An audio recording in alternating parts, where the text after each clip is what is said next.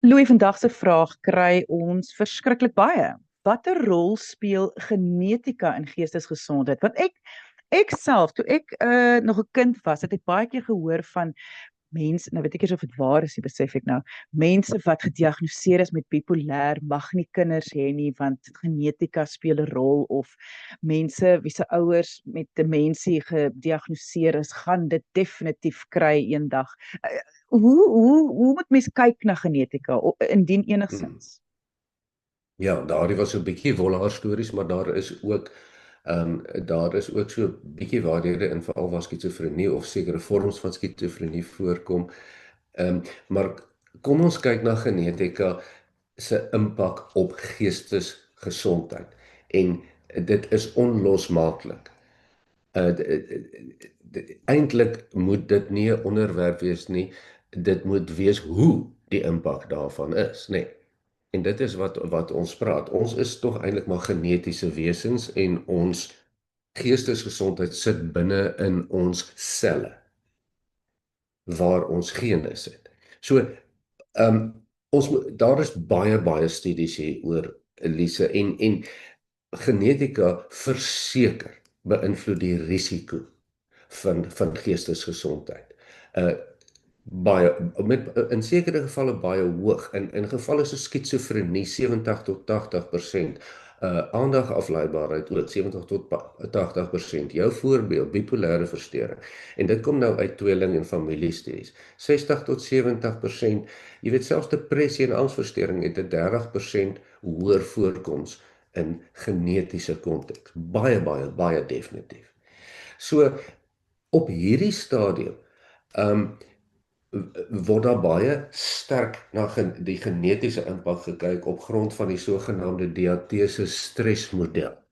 En eintlik wat dit nou maar beteken, diatese beteken jou genetiese sensitiwiteit, jou weerbaarheid, en stres is dit waar die lewe dan inkom, die lewe.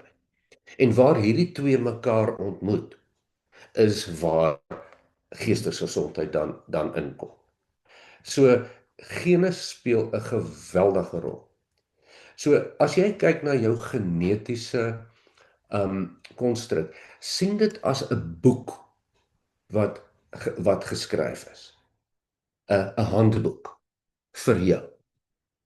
Nou waar genetika inkom, en genetika en omgewing kan nie geskei word. Die twee hardloop hand aan hand, die een beïnvloed die ander. Is die sensitiwiteit vir wat in die omgewing kan gebeur. So as jy 'n hoë oorgeerfde gemoedsgenetika het, dan beteken dit nie jy gaan depressief of angstig word nie. Beteken dit jy het dit in jou handboek. Maar as jy dan in omstandighede groot word waar jy kom ons sê onder baie druk of baie stres blootgestel word, dan skakel van jou sekere gene se handboek inleiding aan en sê luister, ignoreer daardie stukke van die hoofstuk, fokus net op hierdie stukke van die hoofstuk want dit is klaar in jou handboek ingeskryf. En dit beteken dan dat jy amper 'n produk raak afhangende van die omgewing en 'n baie hoë risiko raak afhangende van jou genetika. Dit is Wat my dis die breë beginsel. Ja, want en dit maak alles sin, maar wat my pla hiervan is, mense soek altyd 'n konkrete antwoord. As my ma dan nou so depressief was of my oupa het selfmoord gepleeg, Ja. gaan ek dan nou definitief depressie ervaar? En soos jy sê, nee, jy gaan nie noodwendig nie. Dit beteken net jy dalk is dit in jou, dit is in jou genetika en jy kan dit dalk sneller. Die gesprek oor genetika, en dis nou waar ek wil weet as ek reg of verkeerd, is eintlik 'n gesprek wat dis individueel, een, en twee, dit voel vir my dat mens moet gaan toetse doen om eintlik die antwoord vir die individu te kry. Jy moet jouself kan gaan toets as daar niks is wat jy nou al ervaar of niks wat jy voel is eintlik 'n rooi vlag of iets nie. Dit is wat genetiese toetse vir jou gaan wys. Dis nie iets wat jy kan, of voel jy dit is goed genoeg dat jou ouers dit dalk ervaar het of dat jou ouma dit ervaar het of so. Met die mediese tegnologie wat vooruitgaan, raak dit al hoe meer so dat jy jou kan laat toets vir Byvoorbeeld, hoë risiko vir skizofrenie. Dit is so. Dit is natuurlik nie eens so eenvoudig soos dit nie, maar met sekere gevalle is dit so. Dit is tog 'n nuttige stuk inligting vir jou om jou lewensbeplanning te maak of jou gesondheid te bedink ensovoorts. Of selfs te gaan verstaan na die tyd. Waar kom hierdie ding vandaan waarmee jy so sukkel? Ja, dit is tog so. Maar dit is nie so eenvoudig soos 'n klawerbord van 'n klavier wat net die wit of swart note word aan en afgeskakel en dit is die enigste manier om daarna te kyk nie. Daar's baie ander maniere. Onthou, genetika byvoorbeeld beïnvloed temperament, wat jy in jou kern is. En sekere mense, sekere temperamente is meer emosioneel sensitief as ander temperamente. Is meer impulsief as ander temperamente. En dit beïnvloed hoe jy in jou omgewing gaan optree en wat gaan jy vermy en wat gaan jy soek? Introversie, ekstroversie byvoorbeeld, né? Dit beïnvloed dit baie sterk. En dit beïnvloed hoe ander mense met jou gaan optree en afhangende van die omstandighede kan dit tot jou voor of jou nadeel wees. En dit is dan die manier hoe genetika ook op 'n baie komplekse manier jou geestesgesondheid en hoe jy voel en dink op die einde van die dag gaan beïnvloed. Jy weet, daar's verskriklik navorsing oor epigenetika die afgelope paar dekades.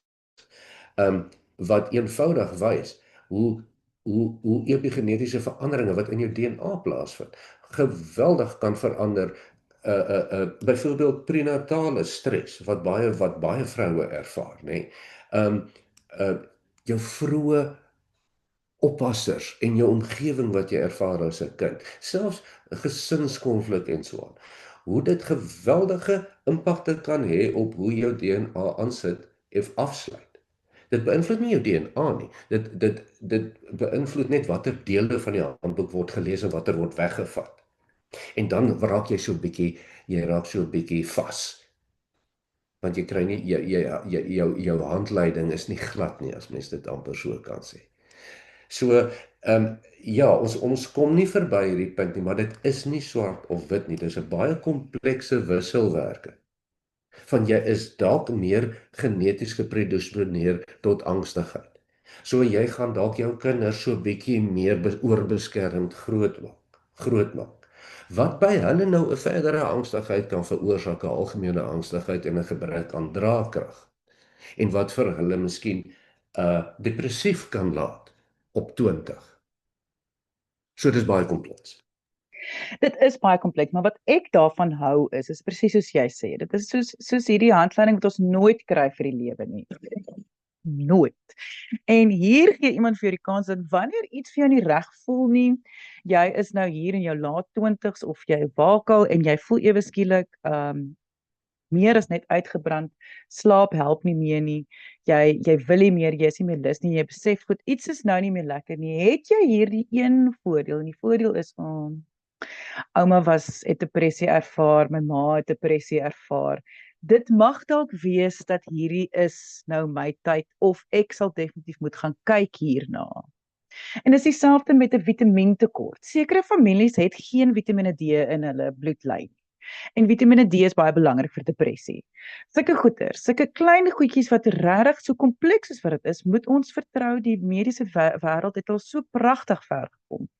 Wat jy kan hierdie gebruik as, weet jy, ek moenie nou hier huiwer nie, want daar is 'n handleiding in my familie wat sê, dit kan dalk met jou gebeur. Dit kan jou risiko verhoog. Dit sê nie dit kan met jou gebeur nie. Hier is die verskil. Ouma en oupa het lyk my hulle hele lewe aan depressie gelei. Ek kom agter eers my gemoed is af. Ek moet bietjie kyk hierso want ek kan 'n groter risiko hê om depressief te word as ander. Daar's 'n verskil tussen ouma het selfdood gepleeg, ek gaan ook selfdood pleeg. Dit is nie waar nie. Nee, dis wat ek sê, dis maar net, dis die een voordeel hiervan is dat jy het net hierdie handleiding, maar net vir 'n kans gee om 'n keuse te maak vinniger as ander mense. Ek hou vreeslik van hoe jy dit sê, dat dit nie 'n deterministiese ding is nie. Baie mense het hierdie ding is o genade. Oupa het mos so met sy gemoed gesukkel. Daar is ek nou in my glory en duidelik kom dit daarvan af. Jy weet, dis maar net jy weet as jy 1000 kilos ry versus jy ry 10 kilos, is jou risiko maar net groter. Maar dis nie te sê jy gaan nie daar uitkom nie. Jy moet maar net 'n bietjie versigtiger ry. Dis mos maar waarop dit neerkom. Mense, indien julle enige vrae het, kan jy e-pos stuur na lise@wieisek.co.za. Ek sê baie dankie aan Dr. Louis Averbag. Hy is 'n kliniese sielkundige op Stellenbosch en al sy besonderhede is beskikbaar by hierdie gesprek, so gaan kyk gerus daar. Deel hierdie gesprek want ek dink almal van ons wonder altyd oor ons genetika en dit is dis iets om te verstaan en miskien iets om oor te dink. So deel asseblief die gesprek en dan aan die einde van die dag, die heel belangrikste, soos altyd, kyk mooi na jouself.